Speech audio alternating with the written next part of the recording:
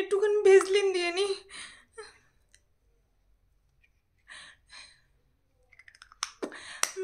এবার কান্না করব।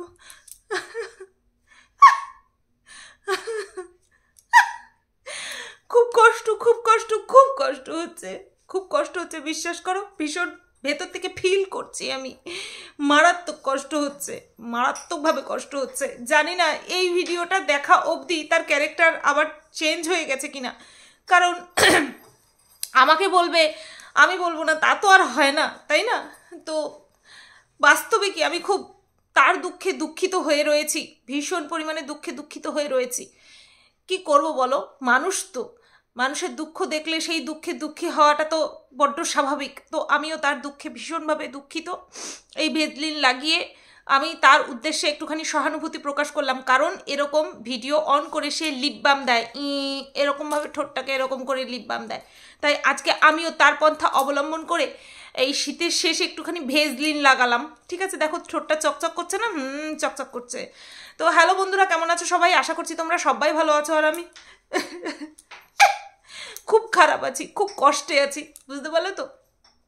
তো কেন কষ্টে আছি সেই বিষয়টায় ঢোকার আগে আবার টিনারে চাটা শুরু করে দিছো, আবার টিনারে নিয়ে পজিটিভ কথা বলতেছো, আবার টিনারে ঢাকা শুরু করে দিছো। মান সম্মান নাই, নির্লজ্জ, তাই নাকি? মান সম্মান নাই, কবে ছিল, কবে ছিল? সে তো কবে থেকে আমার মান সম্মান নিয়ে তোমরা ফুটবল, ভলিবল, খোখো সব কিছু খেলতেছো, এখনো মান সম্মান বাকি আছে? ও, আমি জানতাম না। আমি তো জানি আমার মান সম্মান তোমরা হাটে বাজারে 50 পয়সা কিলো দরে বিক্রি করছো। হ্যাঁ, 50 পয়সা কিলো, যে 50 পয়সা এখন আর চলে না, সেই আটানা কিলো দরে বিক্রি করছো। এখন আবার আইসা কইতাছো তোমার মান সম্মান নাই। ছি! আমার মান সম্মান আছে কি না আমারটা আমি বুঝে নেব। আমার মান সম্মান আছে কি না সেই দায়িত্ব, দেখার দায়িত্ব তোমাদেরকে আমি দিইনি, আর এত হেডেক তোমরা নিও না। কাকে কখন কিভাবে বলতে হবে, কার মান সম্মানের জন্য কিভাবে লড়তে হবে, এবং আমার মান সম্মান বজায় রাখার জন্য কত দূর মুখ খুলতে হবে, সেইটুকু আইডিয়া আমার আছে। না আমি টিনাকে কোনোদিনও চেটেছি, সেই কি বলবো, তার প্রমাণ তো আমি দিয়েই দিয়েছি দুটো ভিডিওতে মুখ ভাঙা জবাব দিয়ে। আমার মান সম্মান কারোর হাতের খেলনা না, যে যখন খুশি খেলবে আর যখন খুশি ভেঙে চুরে রেখে দেবে। সুতরাং আমার মান সম্মানের চিন্তা তোমাদেরকে করতে হবে না। তোমরা আসো, গালাগালি দাও, চলে যাও, ঠিক আছে? আমার টিনাকে যেই দিক খারাপ লাগবে, যেমন বলেছি তেমন বলবো।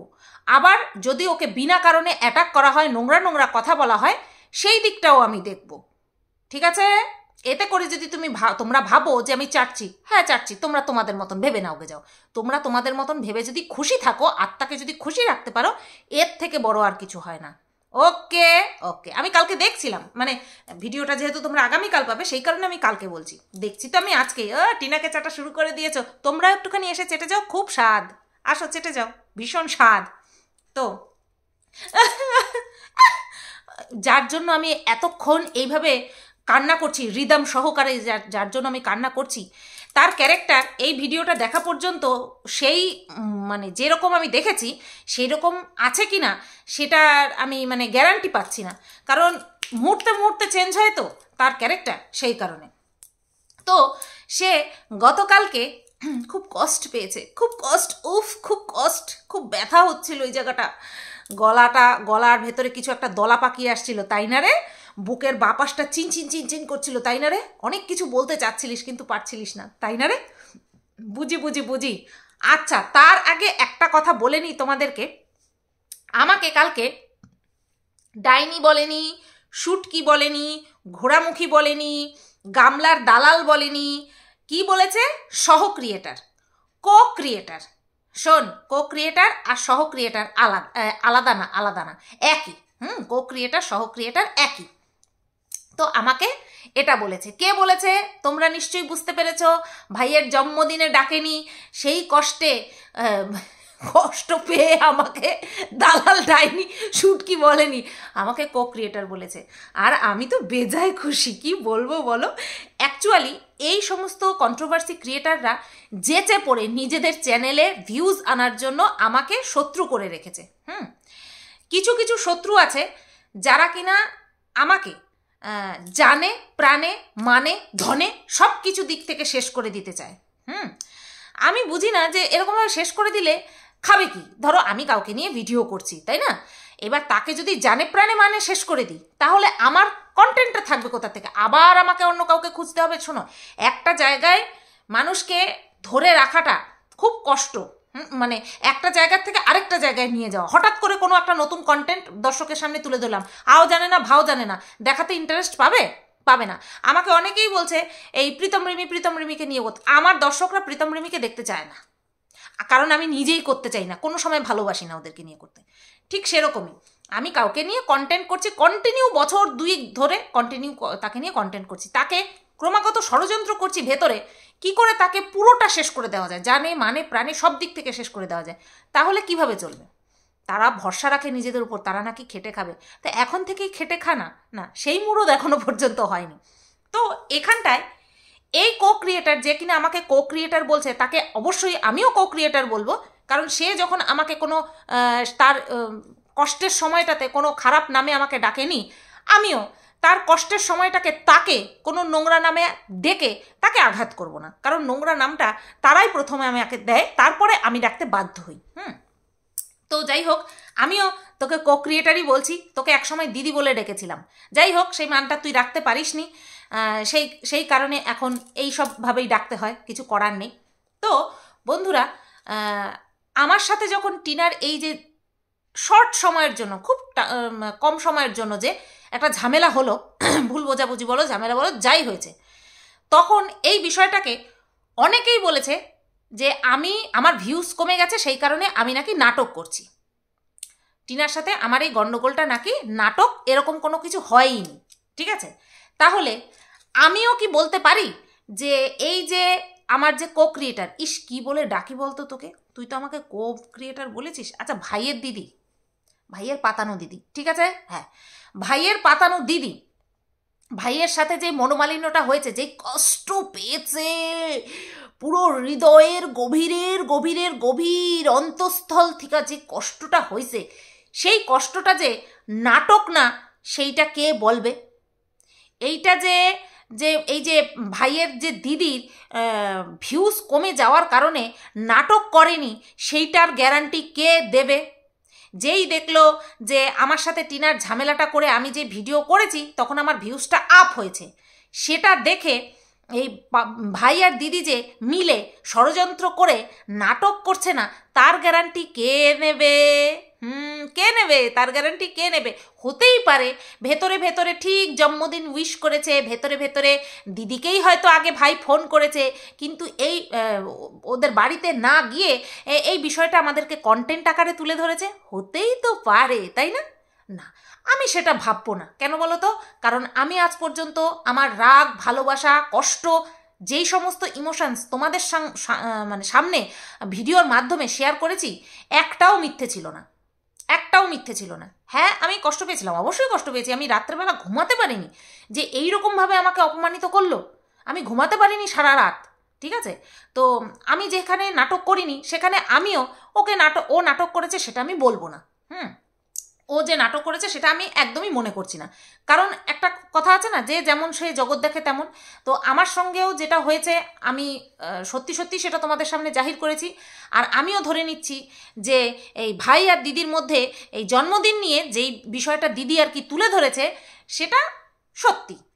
তো কিরে, একটা দিন পার হলো না, তুই আমাকে টোন কেটেছিলিস, মানে টন্ট করেছিলিস, হ্যাঁ, আর পরের দিনই তোর এই অবস্থা। খুব কষ্ট হচ্ছিল, খুব কষ্ট হচ্ছিল। তুই বলছিলিস না যে তুই ঠিক বড় বড় ব্লগাররা কোনোদিনও আপন হতে পারে না, এই বিষয়টা নিয়ে না আসছি। একটু দাঁড়া, তার আগে বলে নি যে তুই আমাকে কি বলেছিলিস আগের দিন বলছিলিস তুই, মানে পরশু দিন, ভিডিওটা যেহেতু আগামীকাল পাবে তাই বলছি, পরশু দিন তুই আমাকে বলছিলিস ছি ছি ছি ছি, তুই টিনাকে ডেকেছিলিস আর টিনা বলেছিল অফ ক্যামেরা আসবে, অন ক্যামেরা আসবে না। এ বাবা, এত বড় সাহস, এত অপমান করলো, আর তারপরেও তুই ওর হয়ে ভিডিও করে পিঠ পেতে গালি খেলি। আমার ভাইয়ের এত সাহস হবে কোনোদিনও যে আমি ডাকবো আর আসবে না, বা আমাকে ডাকবে না? আর এরকম যদি আমার সাথে করতো, আমি ওর হয়ে ভিডিও করতাম? একটা দিন যেতে পারেনি, তোর সঙ্গেও তাই হলো, আর সেটা তোকে ক্যামেরা খুলে বলতে হলো। তুই বলিস না ভগবান যে কোথায় বসে দেখে, 10G 5G 4G 7G, হ্যাঁ বলিস না তুই? আরে 100G নিয়ে বসে থাকে। দেখ, একটা দিন যেতে পারলো না, একটা দিন যেতে পারলো না, তোর সঙ্গে এমন ঘটনা ঘটলো, তোকে সেটা শেয়ার করতে হলো। কেন রে?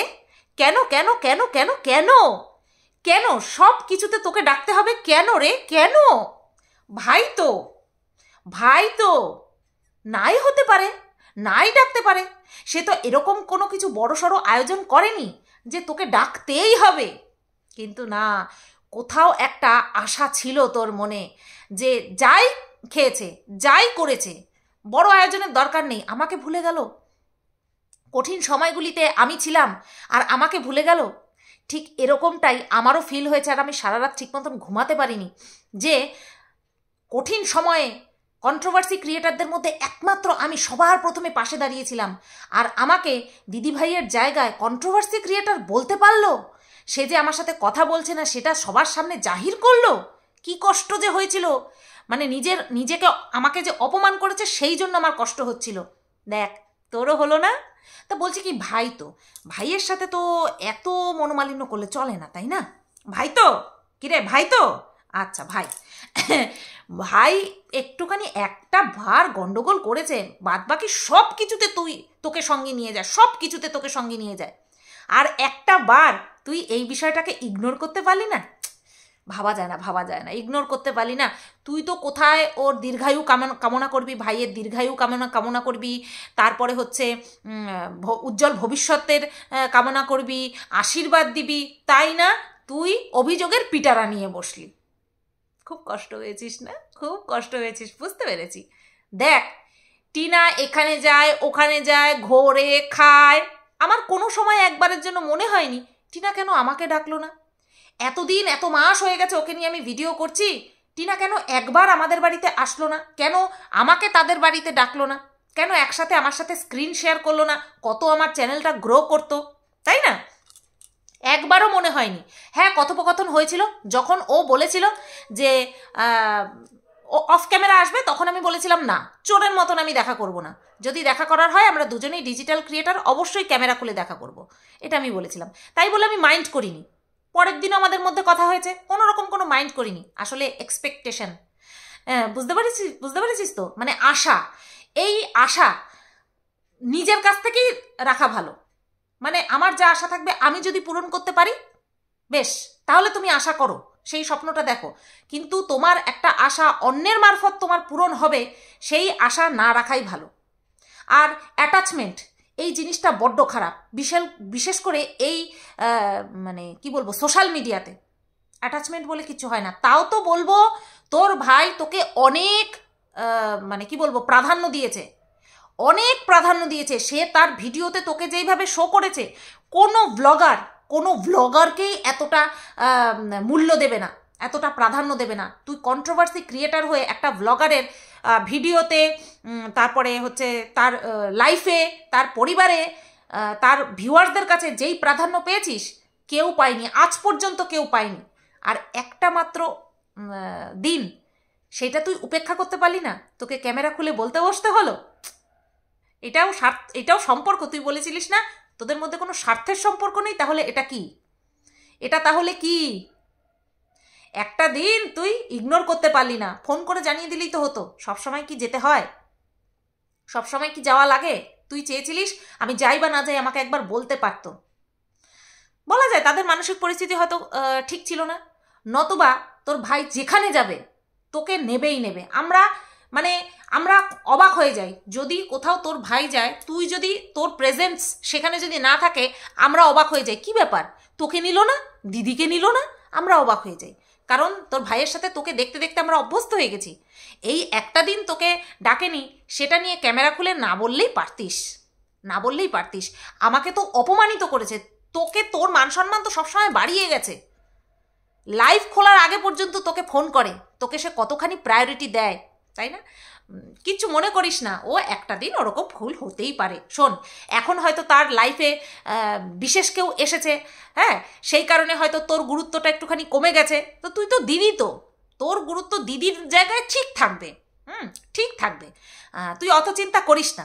এইবার আসি বড় বড় ব্লগারদের কথায়, যে বড় বড় ব্লগারদের সঙ্গে অ্যাটাচমেন্ট না বাড়ানোই ভালো। এটা একদম খাঁটি কথা, এটা একদম ধ্রুব সত্য। কন্ট্রোভার্সি ক্রিয়েটার কন্টেন্ট নেব, ভিডিও করব, অবশ্যই যুক্তিযুক্ত কন্টেন্ট, জোর করে টেনে হিচড়ে বের করব না, এরকমটা করব না। তো এই কারণেই কোনো ব্লগারের সঙ্গে অতিরিক্ত সখ্যতা কাজের ক্ষেত্রে সেটা হচ্ছে বিপজ্জনক, বা আমাদের পায়ে একটা বেরি পরিয়ে দেয়, জিভে একটা বেরি লাগিয়ে দেয়, যে যাকে আমরা ভালোবাসি, দর্শক দেখছে যে এর পাশে দাঁড়িয়েছে, একে নিয়ে পজিটিভ ভিডিও করছে, যখন আমরা তার কোনো খারাপ দিক দেখব সেটাকে না সেইভাবে বলতে পারবো না। তো এই একটা বাউন্ডারি আমাদের লাইফে চলে আসে, যেটা কিনা আমি ম্যান্ডিকে নিয়ে প্রচুর পরিমাণে ফেস করেছি।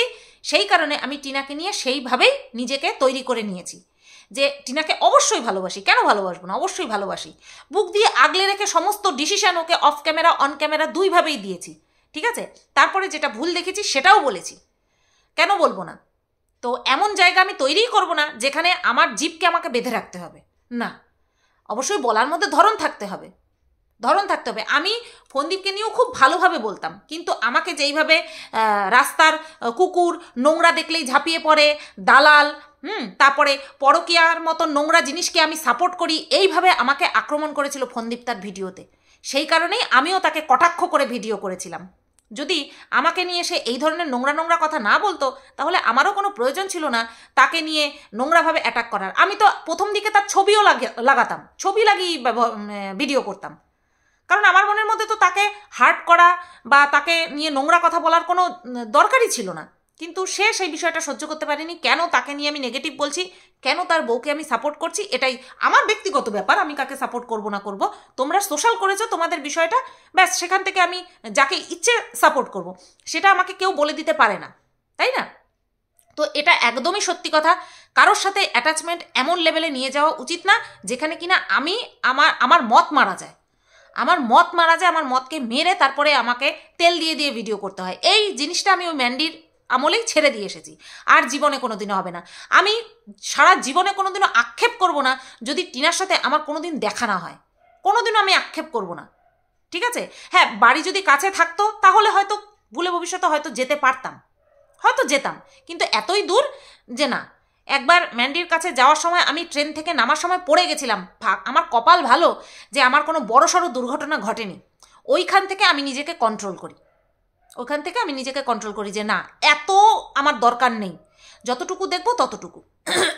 এবার আসি, কাল মানে আমার এই ভিডিওটা যতক্ষণে যাবে ততক্ষণে মনে হয় ওর ভিডিও চলে এসেছে, কিছু একটা কাজ করেছে, হয়তো ইনকামের থেকে হয়তো কোনো পুণ্যার্জনের কাজ করেছে, সেই রকম ভিডিও একটা দেখাবে, দেখব, অবশ্যই দেখব, তাই না? দেখব না কেন, করলে তো ভালোই। তারপরে আজকে আমি কেন বুঝলাম বলো তো যে ও সত্যি কথা বলছে, মানে এই ভাইয়ের দিদি সত্যি কথা বলছে, কেন বুঝলাম বলো তো? কারণ বারবার কথা বলতে গিয়ে ওর ভিডিওতে সেই এনার্জি ছিল না। ও সত্যি বলেছে যে আমার সেই ভিডিওতে সেই এনার্জি পাচ্ছ না, তোর ভিডিওতে সেই এনার্জি পাচ্ছিলাম না, কারণ সত্যি সত্যি তুই হার্ট হয়েছিস, ঠিক আছে? আজকে আরও একটা কথায় বুঝতে পারলাম যে ও সত্যি সত্যি হার্ট হয়েছে। সেটা হচ্ছে, ও বলছে যে আমি যখন প্রথম ওই ভাইয়ের বাড়িতে যায়, কি ফন্দীপদের বাড়িতে যায়, তখন ওদের বাড়িতে চূড়ান্ত অশান্তি বেঁধেছিল, এবং নিজের চ্যানেলের জন্য যতটুকু সে করেছে ততটুকু কিন্তু জোর খাটিয়ে করেছে, অনেক ঝড়ঝাপটা সহ্য করে তারপরে করেছে। আজকে কিন্তু বেরিয়েছে, মানে গতকালকে ওর মুখ থেকে বেরিয়েছে। এটাই হচ্ছে বাস্তব সত্যি কথা।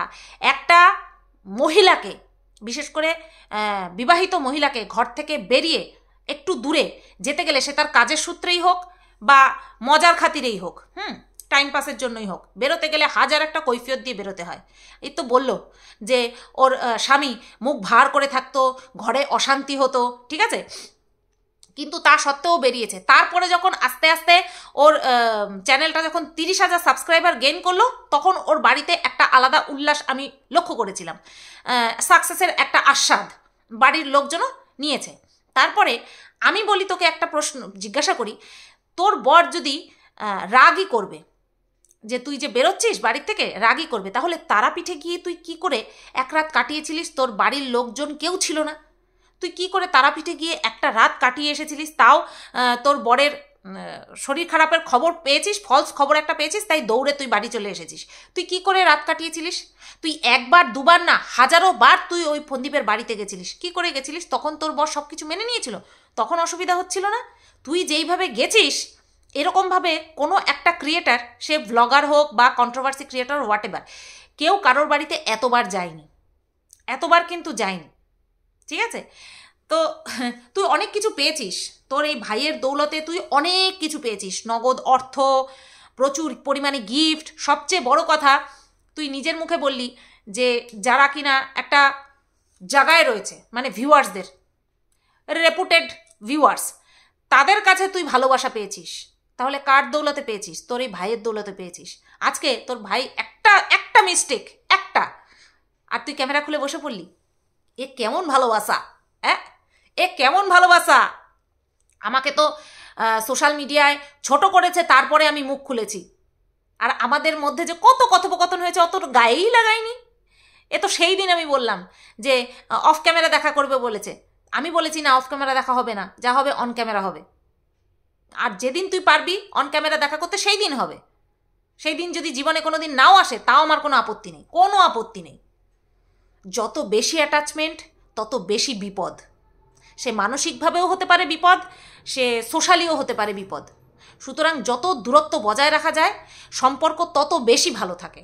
বেশি মাখামাখি করে ফেললে না, সেই সম্পর্ক না বেশি দিন টেকে না। হ্যাঁ, বুঝতে পারলি তো?